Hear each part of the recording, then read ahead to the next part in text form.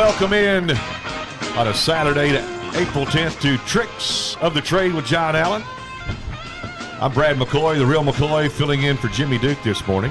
Jimmy is out with a little back surgery, and we wish him well. Our thoughts and prayers are with him. But we're here for the next hour with John Allen. Good morning, John. Good morning. How in the world are you, Brad? I'm doing fantastic. It's good to see you again. Well, it's nice. You know, it's sorry to mess up your schedule a little bit this morning, but it has been raining. Yeah. Golf course is a little wet, I'm sure, right now. Yeah. I got up this morning because last night when I went to bed, I was thinking, man, I sure hope it's raining in the morning just so I won't feel so bad. Got your wish. I did get my wish. But no, that's okay. It was my pleasure to come in. I enjoy hanging out with you, and I think we've done this a couple of times, filling in for John. I know at least once we did it. But, it's been an unusual week, Brad. It has been. People are starting to get out. I know. And socialize. I went to the Jackson Symphony last night. So did I. Oh, okay. Well, I'm sorry I didn't That was see nice, it. wasn't it? Man, that was awesome. It really was. That girl had some lungs on her, didn't she? She did. That guy did, too. Oh, they were great. But I may ask you a question. I may be the only one on the planet that don't know the answer to this that went there last night. Mm-hmm. What was the name of that group? I have no idea. Neither does anybody else. I know. They never did say. Symphonic rock, maybe? I really don't know. I don't either. I don't know how many times people ask me, who is that? Who is that? We need to get I said, I don't know who it is. I don't either. They never did announce the name of the group because they were with the Jackson Symphony, and they had like a six-piece band. They had a drummer, a bass player, lead guitar player, keyboardist, and a couple of a backup singer and the lead vocalist. But they never did say their name. You're right. Well, it's one of those, it was fun though. I tell you. It was. And then the night before that, the symphony had their 60th birthday bash at the Greyhound downtown. Right. That was a good party. It was a good party. We had people got a little crazy down there. I never seen so many bell bottoms and psychedelic shirts and chains and. So it had like a 70s theme to it? 60s. 60s theme. Yeah, because yeah. What year was it the symphony started? 60 years ago. 60 years ago. Okay. It was all good. And in an old vintage station like that. Mm-hmm. And, you know, everything had a band outside, and it was great. It's been a fun week. It has been. Time to get out from under the rock. It is. Now, I know it's supposed to clear up later today. Yeah. So I know Eddie Holmes yesterday said, it's going to be maybe some sunshine this afternoon. So that'd be cool. I just don't want to turn real hot real soon. That's the way it usually works here, though, John. I know. And especially we get a little cool spell. And then boom. Us big boys, we don't like to sweat. No. No. I used to glisten, but no, I sweat. Oh, my goodness. Hey, we got some things we can get into this morning. Okay. And I kind of start out with things that people ask me about during the week because we don't really have an agenda here, as I've told you earlier. But I had a gentleman call me this week. He says, John, I got to get a door. Now, he blamed it on his dog.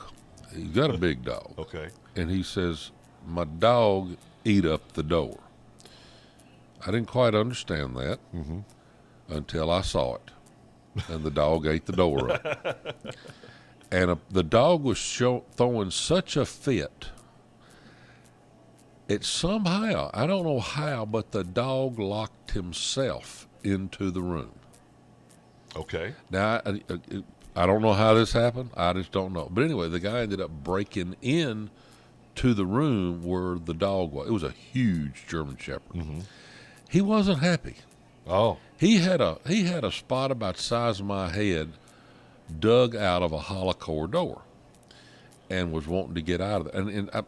Well, wait a minute. I do know what happened. It was all the storms we've had. It was the thunder and the lightning, and that kind of freaked the dog out. Sure. Yeah. But anyway, he was going to the store to buy a door. He'd never bought a door before. Okay. So he goes in there, and he's looking down the door aisle, and he realizes he was uncharted territory. As would I be. He picked up his cell phone and he gave me a call, and he said, John, help. What am I looking for? So I asked him, I says, well, what size is your door? He Oh, says it's 32 inches. I said, how high is your door? He said, it's 80 inches. And without thinking, I said, all right, you want a 2.868? He said, do what? Yeah, do what? 2.8, that's 2 feet 8 inches, which is 32 inches, and 6'8" is 6 foot 8 inches. That's just the way I talk sometimes. I understand. That's that jargon. And I That said, lingo. which way does it swing? I had him stumped again. I said, wait a minute, let me explain. Is it a right hand or a left hand? Silence on the phone. He says, I don't understand. Okay, all right. I said, play like you're standing in front of the door. And the door, and you want to be on the side to where the door swings away from you. I said, now take your right hand and put it across your chest. And I heard the thump just like it was on my heart just then. And I said, throw your arm out and to the right. Does it swing out and to the right? Or with your other hand, does it swing out and to the left? He says it's to the right. I says, well, which hand did you just wave? He said, my right hand. It swung out and to the right. I said, that's a right-hand door. If it swung the other way, it's a left-hand door. All right. He says, okay, I got that. Now, there's a hole board here. Is it going to fit my lock? I said, how old is your house? He says, about 70 years old. I said, are you buying a complete unit? He said, yeah. I said, well, then your lock may fit if it's a modern lock. He says, well, it's got a square plate on the front of it. I said, stop. Do you, if it's got a square plate on the front of it, does it have like a spot in it for a skeleton key? He says, yeah. I said, throw that away. You're not going to get it to fit that door. Right. So you need to just get a new lock to go on it. And I said, what color is it? And he said, well, it's bright brass. I says, well, what color are the hinges on your door? And he looked at them and he said, they're silver. I said, do you want them to match? And he said, well, yeah. I said, well, then go over there to the hinges and get you some hinges the right color. Now, you want a modern hinge. Don't get a broad butt. And he said, a what? He thought I was getting personal there for a minute. That's what I thought. But it was a broad butt is a type of hinge you used to use when you would chisel out the area where the hinge went on the jamb and the door. Right, okay. I said, all right, I got one more question. He says, this is getting complicated. I said, well, you started this. You called me. I said, look, did you check the thickness of the jamb? He said, no. I said, the door you're looking at, does it have an adjustable jamb with it? He says, yep. I says, well, tell me something. You said your house was 70 years old. What's on the wall? He says, well, it's that old-timey stuff that's got, I think it's plaster, and it's got wood strips behind it. I said, stop. You're not going to be able to buy that door. Okay. Well, why not? I said, your jamb won't be big enough. I said, just slide that door back in the rack and go home. We're going to rest a while. And I need you to measure the thickness of that wall because you're probably going to have to do a custom jamb, and then you're going to have to mortise your hinges, and guess what? You're going to have to go get the broad butts, and you're going to have to make that. He says, I got a better idea than that. When can you come over here? So I said, look, I'll see you tomorrow about 3 o'clock. Yep. So we went over there. And my point of telling all this is a true story. I said, they want to make you think it's so easy to go out and take care of things on your house. Sure. And It wasn't. There was a lot of things to look at. Mm-hmm. And then you get into other terminology that they may ask you, is it a standard bore or is it a double bore? There's a lot of things to know as far as types of locks to get, the patterns of your door, and realizing they don't make them like they used to. Right. You may not even be able to buy the same style of door that you originally had. And I can almost guarantee you it won't be real wood. Right. It'll be masonite or Luan or something like that. Right.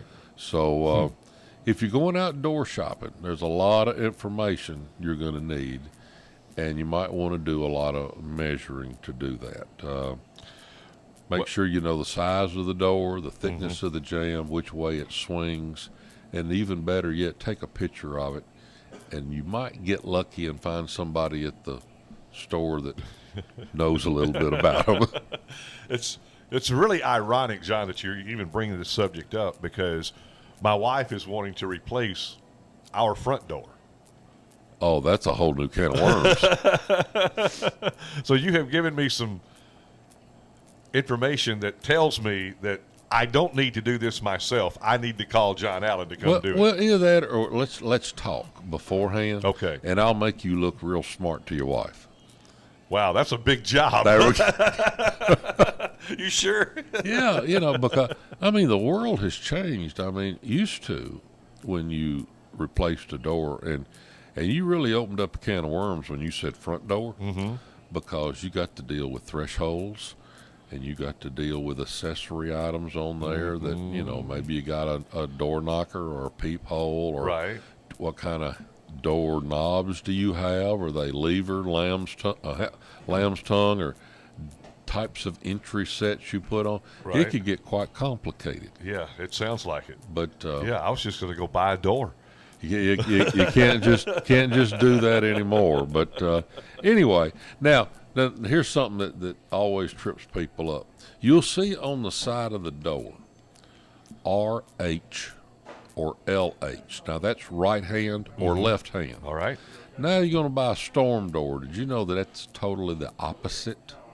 Because RH don't mean right hand. It means right hinge, which is opposite of a right hand. Right. A right hand is a left hinge. Oh, yes. I'm with you now, because it swings. The storm door swings toward you. Yeah. The front door will swing away from you. That's right. Okay, I got that figured out. But manufacturers have gotten a little common sense. Occasionally they trip up and do this. They make universal doors that are reversible. Okay. In other words, you can flip it upside down and hang it. Right. Just make a few little modifications to the hinge. So used to, though, when you used to get a storm door, when they only had one kind, and that was a mill finish self-storing storm door with a little glass that raised up and down. Right. That's used to be, that's all you could get. And they went by the hinge code instead of the hand code. Okay. It's just kind of one of those things. So anyway. Wow, doors. Who would have thunk? Yeah. You just measure the door. Okay, here's the measurements. Let me go get a door. But and your outside door is going to be thicker than your inside door, just the door itself. Okay. Right. You kind of got to watch that. But anyway. And most of the time, your front doors are a solid door too, right? As opposed to no. Okay. Now you want them to be. Mine is. But you'll find metal doors or metal clad doors, right. and they'll be hollow. Okay. And you got to watch those. A lot of people got burned on those, and I mean physically, hot burned.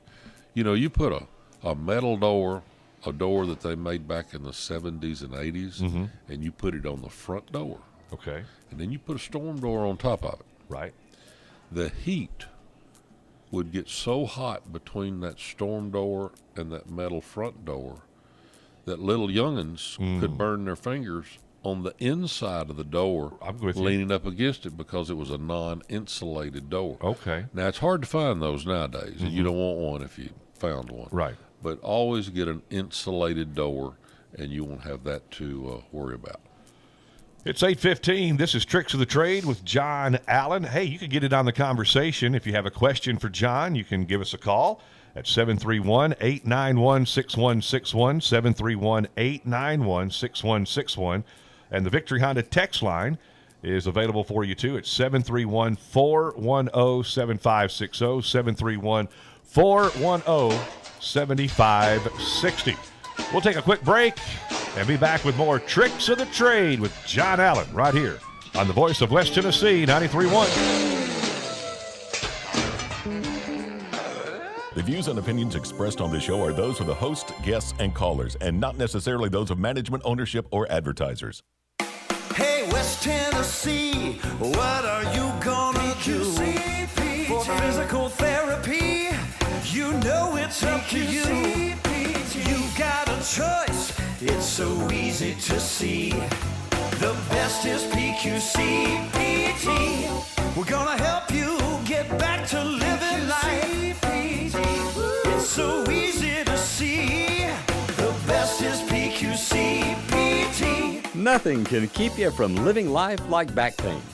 If you suffer from chronic backache, or if spring cleaning or getting back into sports has brought on those aches and pains, come see us. It's amazing what Physicians Quality Care Physical Therapy can do. Get the best. Get PQC PT. We're gonna help you get back to living life. It's so easy to see. The best is PQC PT. Attention! Do you owe back taxes, fines, and penalties to the IRS? The IRS now offers new relief options for taxpayers affected by COVID-19, but you can't go it alone. Call Tax Solutions now. Our team of former IRS agents and tax professionals can get you the best deal. We know the COVID-19 rules. Call us and never speak to the IRS again. I couldn't sleep. We were being audited. I called Tax Solutions now, and a great big weight was lifted off my shoulders. I called Tax Solutions Now, and they got the IRS off my back. Tax Solutions Now had my wage garnishment lifted in 48 hours. The virus has caused the IRS to take extensive action to help taxpayers. So if you owe $10,000 or more, this is the best time in years to settle your tax debt. I qualified for the Fresh Start program. I paid less than I owed. Remember, the IRS will not give up until you pay. Call 800-383-8177. 800-383-8177. 800-383-8177.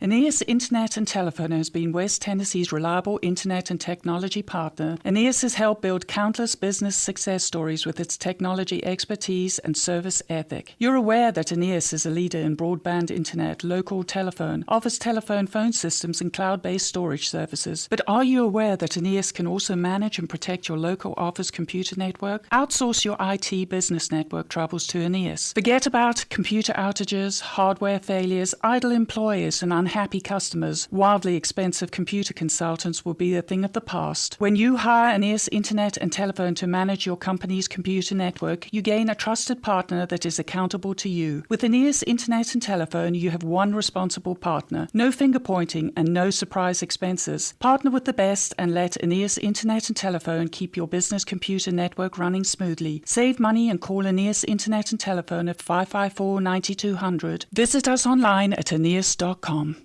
John Allen. You can call us at 731-891-6161 if you have a question for John, or text 731-891. I'm sorry, that's the call-in number. 731-410-7560. 731-410-7560. I got a question for you, John. All right, go right ahead. Now, I don't know if this is in your wheelhouse or not. If not, I'll make up something. All right. My wife, I got her a swing for Christmas. All right? That you hang from a tree. Okay. All right. It's just a wooden plank with the rope through it, and then for the swing. Where she wants to put it, the tree she wants to hang it from, the branch is not horizontal. Okay. It's kind of at an angle. All right. All right. So I know that I may have to do some modification to get that swing to swing right on that limb. Do you know anything about that? Because she says she says that you said, well, you can build a little frame there to make it so it'll be even. Do you follow me? Oh yes, I follow you. can't believe you're asking me this, Brad. All right, look here. Let's just now. You could probably get an engineer to come up with something really complicated. I think that's what she's talking about. Okay, look. Let's just keep it simple. Yes, please. You need 2 pieces of chain. Are you going to hang it with chain or rope? Rope. It's got the rope already with it. Yes. Oh, okay. Yeah. Is the rope long enough to get up to your tree limb? Yes. Okay. Because I measured that, so when we ordered the swing, you could order what size rope, how long you wanted your rope. Okay. Now, when you get up to the tree limb, are you going to take the rope and just wrap it around the tree limb and attach it, or were you trying to do something different? Well, see, that's what I was wanting to do. Well, all right, let me go back. We got another swing a few years ago.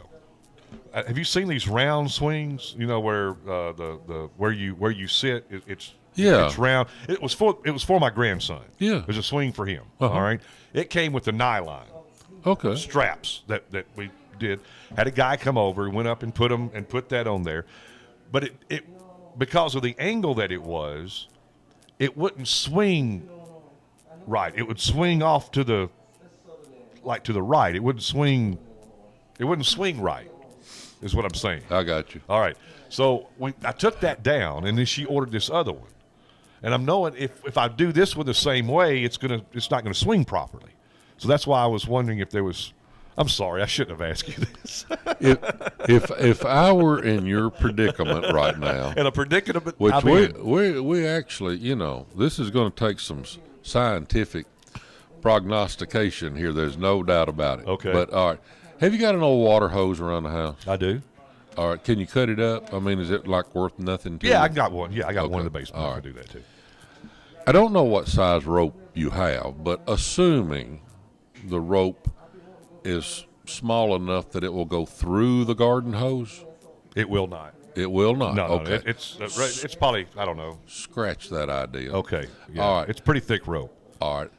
What I would do then is I would get you 2 short pieces of chain. Okay. That are big enough to go around your tree limb and droop. Okay, I'm with you. And get you a universal link, which is, you know what I'm talking about with a link? Right. All right. Take that chain and wrap it one time around your tree limb. Okay. And put the link together. And take you a 16-penny nail. Okay. And drive on top of the tree limb through the link of the chain. Okay. The sole purpose of that is to keep the chain from scooting around. Yes. Right. Then where it droops down, you tie your rope on right there, however means you want to fasten it. Right. And the other one, which might be up a little higher, it will be. You'll do the same thing. Now, then you've got a situation. Do you just want to use a longer piece of rope, or do you want to let the chain droop down to where it's level with the other one? Okay. And then tie them on there. Okay.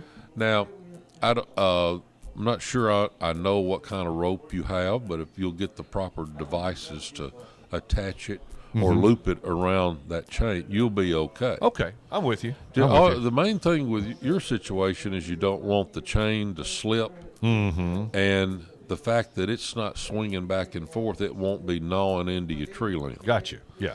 So you'll be in good shape. That sounds good.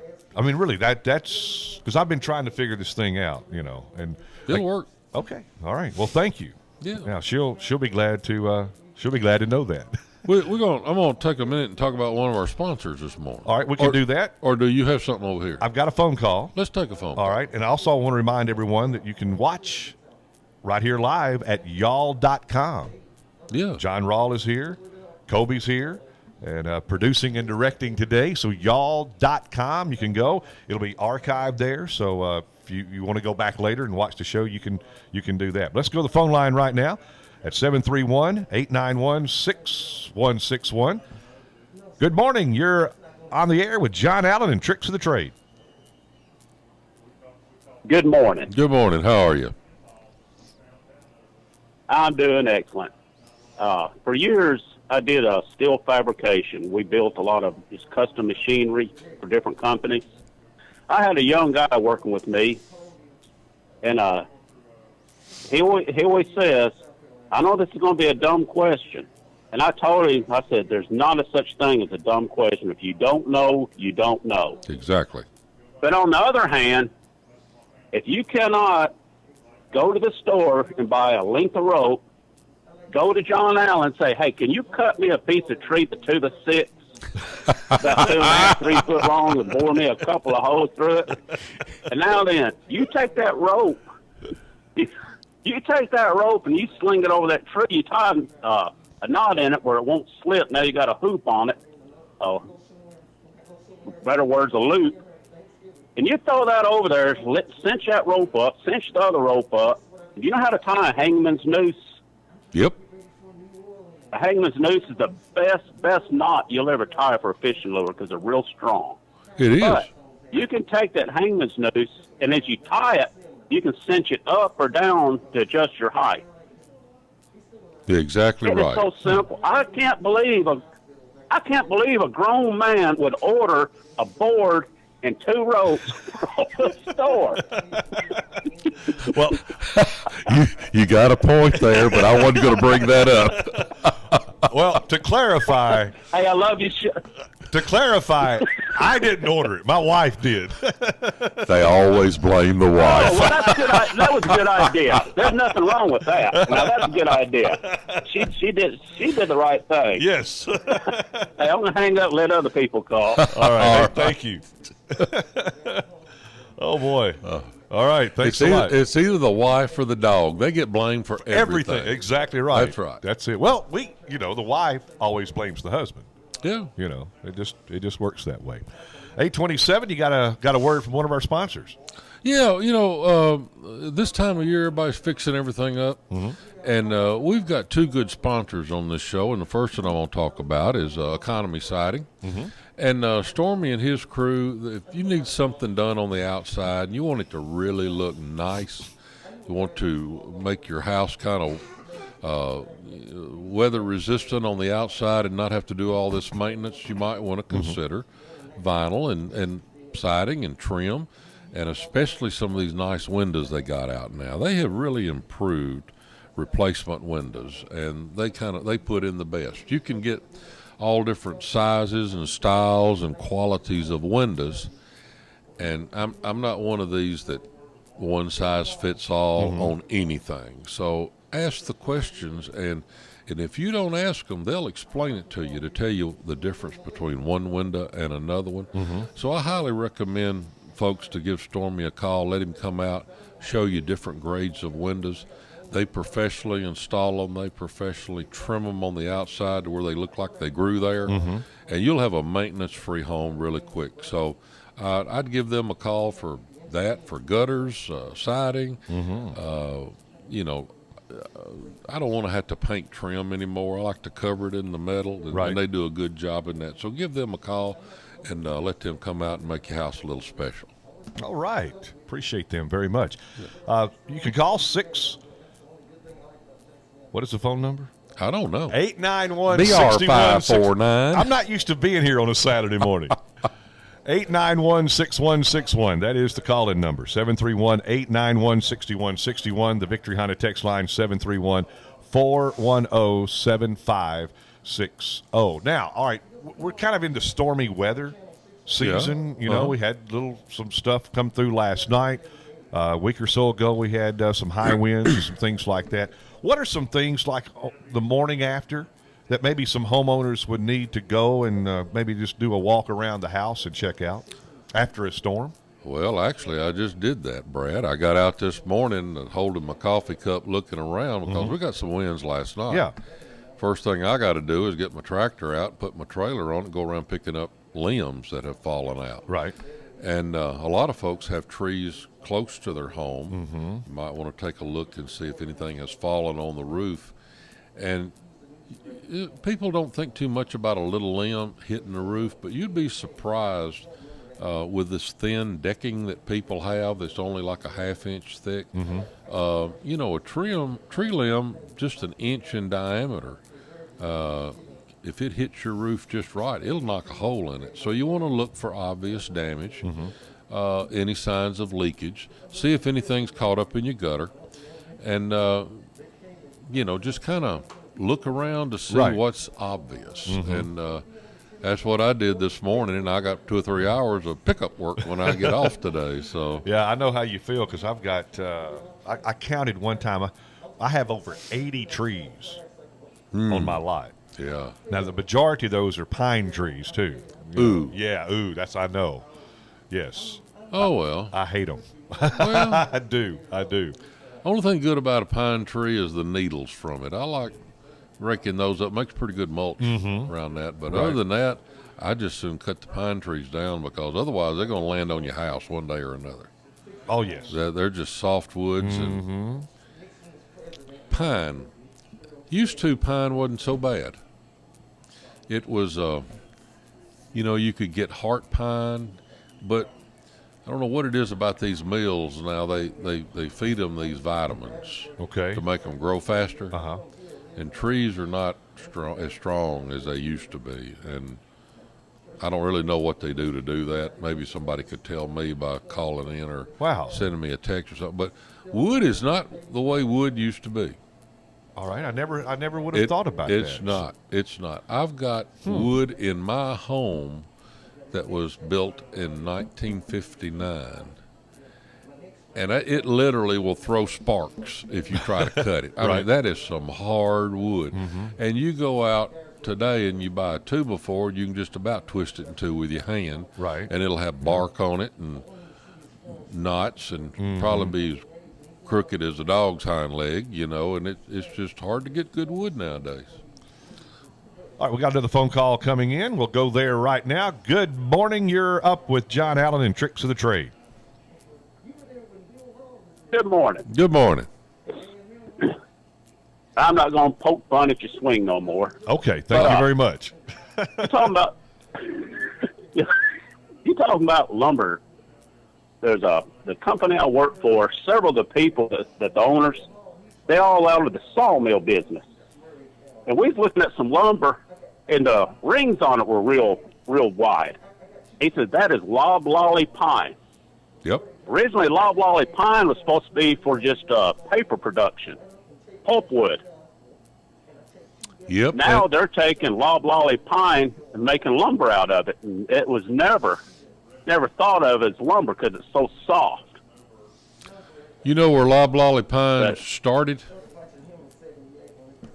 No, I do not. Well, I'm going to tell you. My grandfather was I'm trying to think of the acronym of this, but it was basically a government work project, WOP or WIP or something like that, back in the 30s. Right. And they I know what you're talking about. They were introducing loblolly pines as a way to stop erosion in Natchez Trace Park. And when you brought up the term loblolly pine, my grandfather was head of the crews that planted all those trees up there at Natchez Trace, and also worked on what was known before it got torn down as the world's largest pecan tree. That was up there as well, which is no more. But loblolly pines were an import from another world that was brought over here, as you said, to increase the paper mill industry and also to stop erosion, especially around gully areas. And so, yeah, that's a good story. But you're right; they're using them for lumber now, and they're the worst of the softwoods, but they're on the market right now. Like you said, I've got a couple of ravines around my house or on my property. About 20 years ago, I planted some of those pines, and you're right, they'll stop it, just not from the root system, but all the needles they drop. That's right. That's exactly what it is. They do a wonderful job. They sure do. It's got a shallow root, but the needles are great. And you talking about older houses, my house, I'm going to guess 45 years old or a little better, and it's all made out of sawmill lumber. Every stinking bit of it. Yep. You can't drive a nail in some of it. That's right. You cannot. You try to hang a picture somewhere, and you'll bend a nail trying to.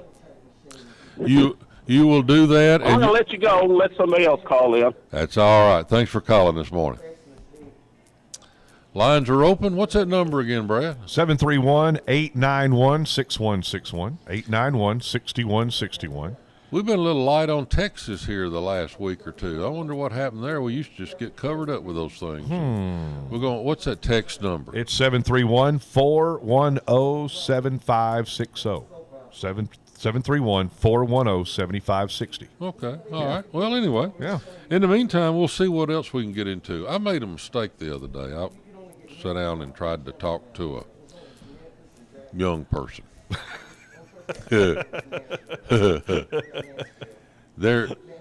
When we were growing up, we were told of a generation gap, you know? Yeah.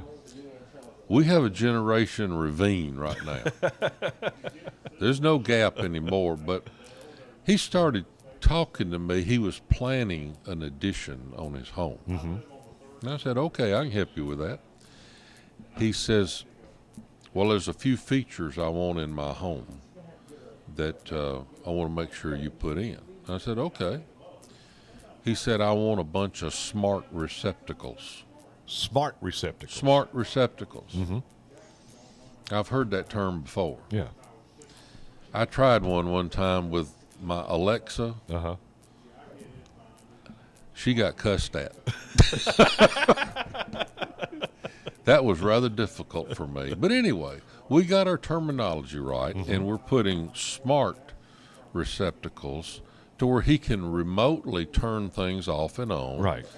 And he ties it in with his Alexa or whatever that other one is. I forget. Yeah. It doesn't matter. I don't have one, don't want one.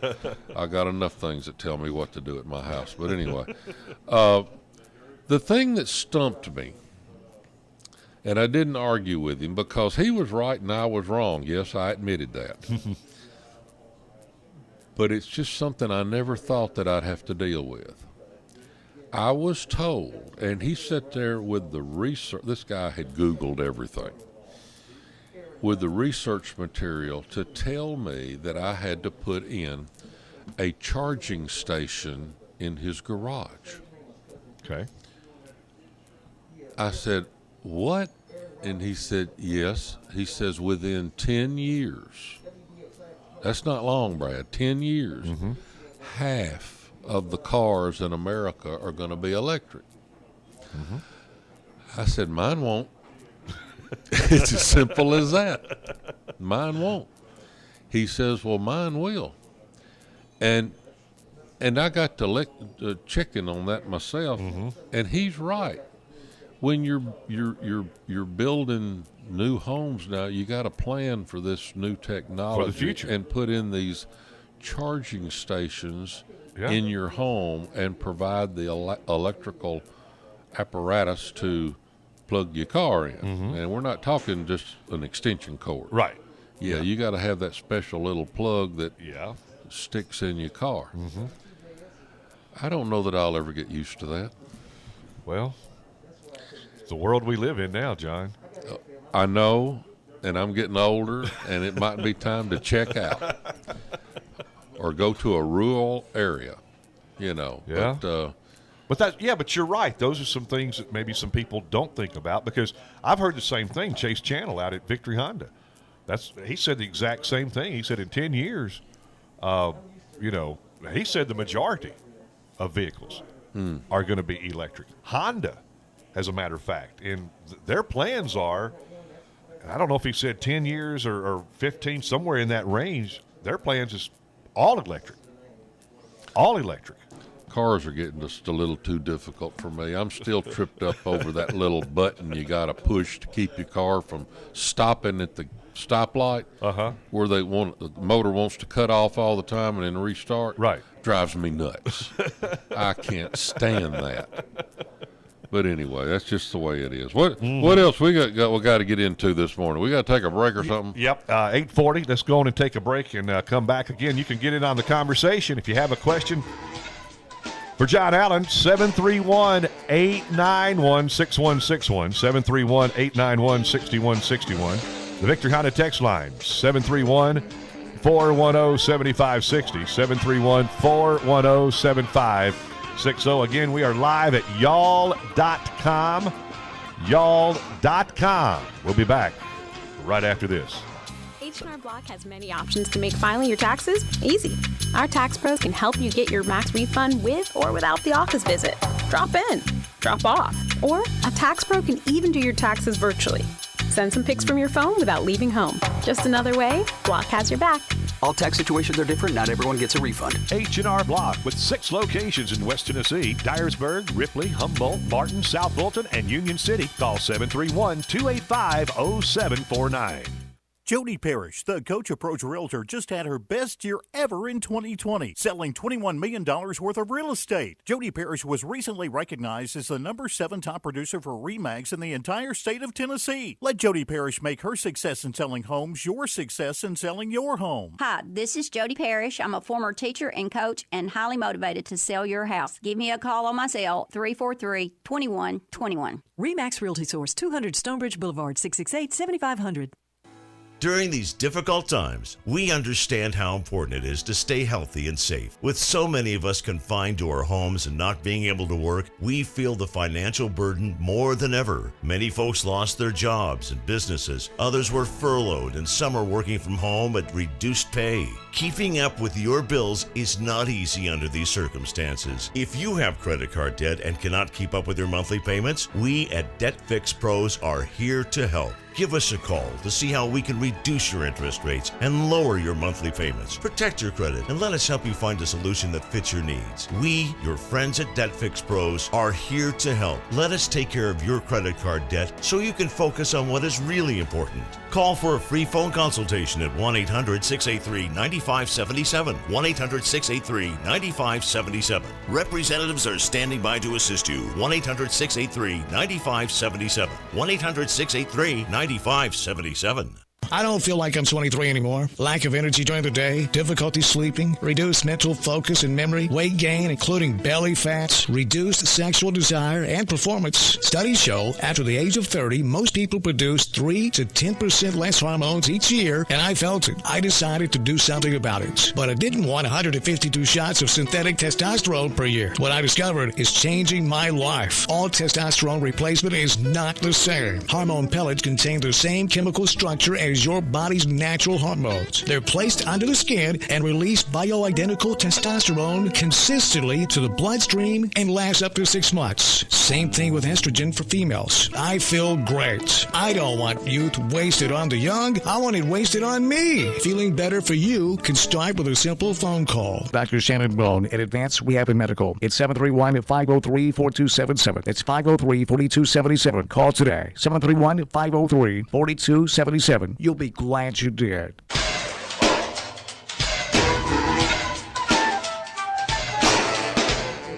It is 8:43. This is Tricks of the Trade with John Allen. Y'all.com. You can watch live on y'all.com, and we'll send a shout out to the regular host of this show, the Duke of Dixie. There you go. You said he's watching on y'all.com. That's right. All right. Boy, he need to find him a pretty nurse or something. You know? But Jimmy, we're praying for you, and certainly hope that you get home and get to feeling better and get back up here in this chair. I'm going to get him some new tennis balls if he has to have a walker, so he can scoot along the floor and get mad at me about it. You know. I got a little something a little analogy here on something that we talked about. All right. You know, this is springtime, and it's probably one of my out of the 4 seasons, the one I hate the worst. And I don't like it because you're always sneezing, and it's just going to get hotter, and I don't like hot weather. But there's 2 things that I need to tell you about this morning about this time of the year with everybody sneezing. Right. You're in the part of the world that you're going to sneeze. We got pollen everywhere. My black truck is green right now. And if you're going to open the windows and the doors to let some air in, you're going to start sneezing and hacking even more. So here's something you can have a little fun with. Change out the filters in your air conditioner. But now, if you go to the store and buy a filter, you're going to see all different kinds of filters. You're going to see some that looks like horsehair, and they're real fine. I mean, you could literally throw a cat through one of those and it not even slow it down.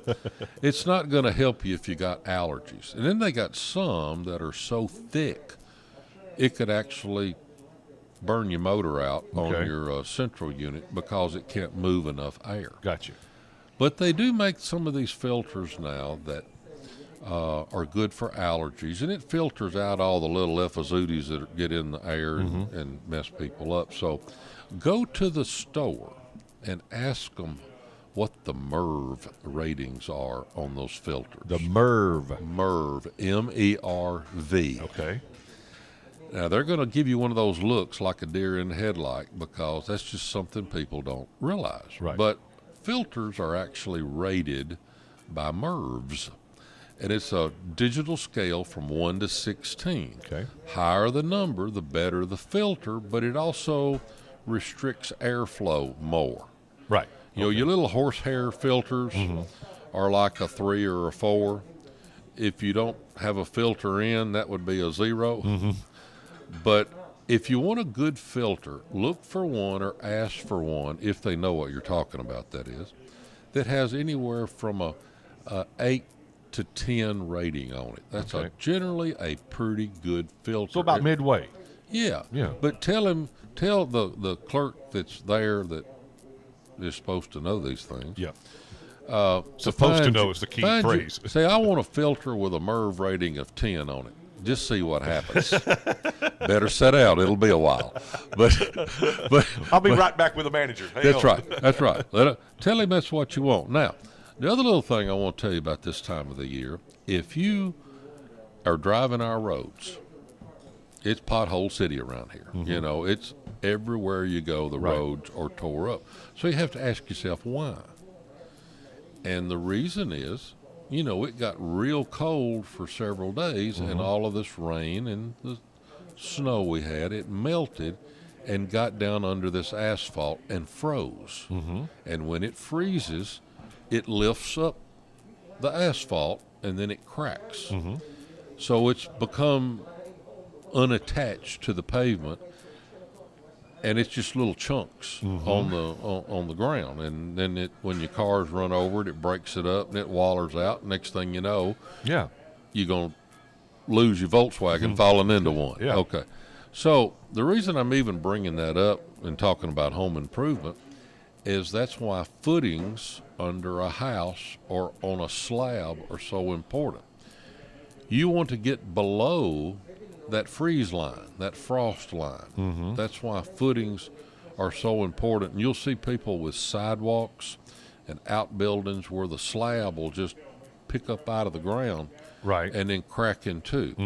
So when you're putting a concrete slab or a foundation on the house, it's real important to know what the frost line is in your neck of the woods, and it varies. They actually have maps for this, like the frost line in Florida is going to be different from ours, but it's also going to be different from the one in Minnesota.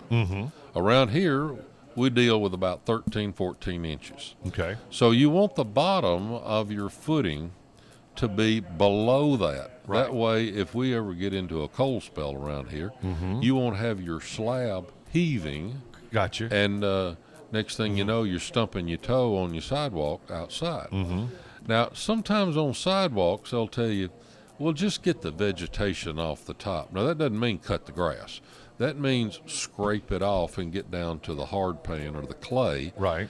And you might buy you a little time, but even then, the fact that you're on top of the ground, it's going to heave up and down a little bit. So yeah, makes sense. Houses, like roads, you know, they will suffer damage from cold weather if you don't prepare for them. So get those footings deep enough in our area down here, and you won't have this trouble anymore. Gotcha. So great advice.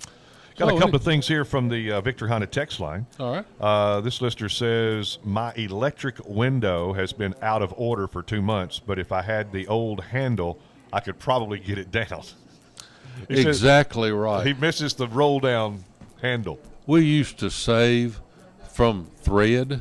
You know, you get a little spool of thread. That was a perfect little wooden handle that you could shoot a screw through the side of that. Yeah. And you screw it into the little lever on your pickup truck to where you could roll your window around. Down. Right. Yeah. Had great uses. They also made great doorknobs on cabinets. I can see that. Yeah. But I miss my roll up and down window because I'm like him. I've got a window right now. I'm embarrassed to say this, but my wife's got an old car.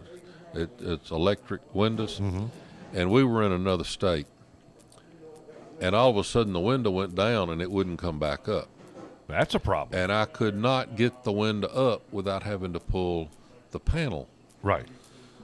So between me and a little helper, we were able to grasp that glass and pull it up, and we duct taped that thing around the frame to hold it in place. Because, you know, they went almost $600 to replace the motor in that door. Yep.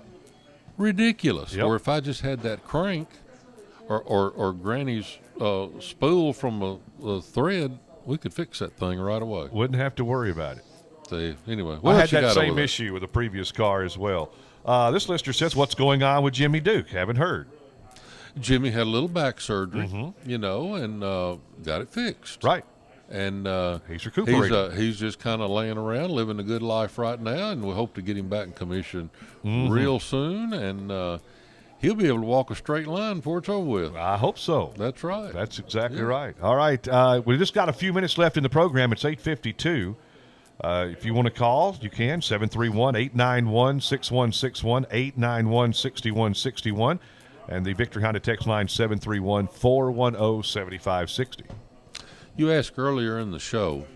No, let's don't get on the swing thing again. No, we're not going to. But you ask about, you know, you have a storm and things to look for in the house. Yeah. Pretty soon it's going to be too hot to do this, but today might be a good day before the sun comes out to stick your head up in the attic and look around. Yep.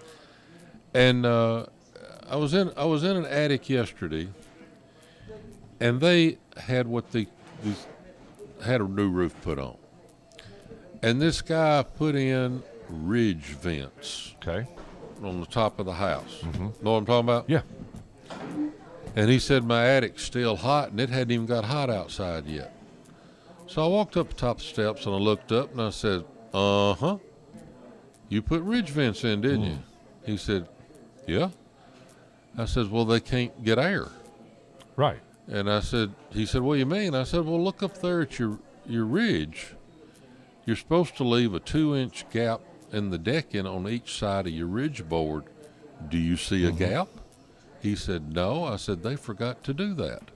So this guy spent an awful lot of money putting a ridge vent up on the side, but the bozo that put his roof on forgot to cut out the decking to where it could actually do its job. Yeah.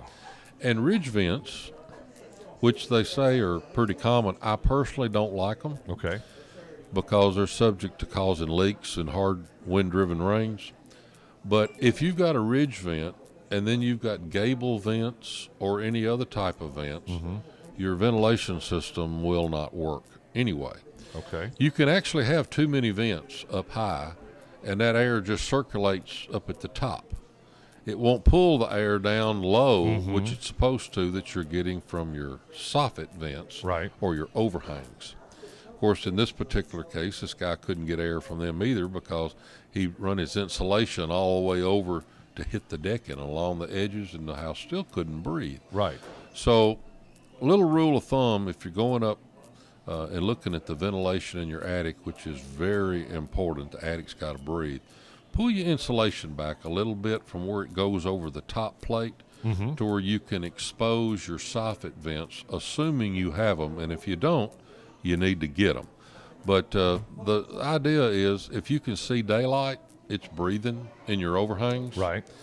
And then if you've got whether they be what you call the whirlybirds, or the power vents, you might want to close maybe a gable vent up so that the air will naturally draw from down low, and you want to pull it in from the bottom and let it out at the top, so you get a good flow of air in there. Without doing that, you're going to see some strange things happening in your roof. Your decking's going to start turning color.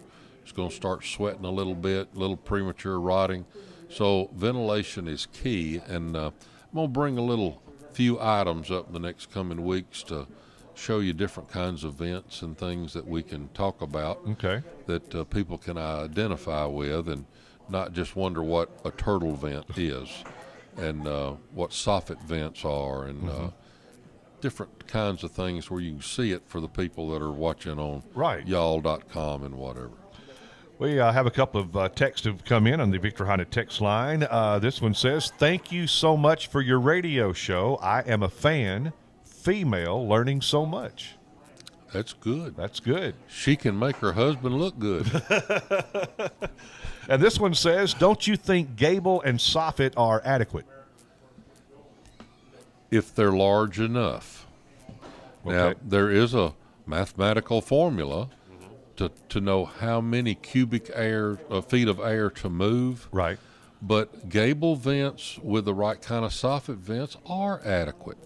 But sometimes people want a little more air pulled out, and you have to introduce different things. What people don't realize is when you're introducing new things, sometimes you have to alter the old things in order to get the new things to work. And it gets a little tricky sometimes.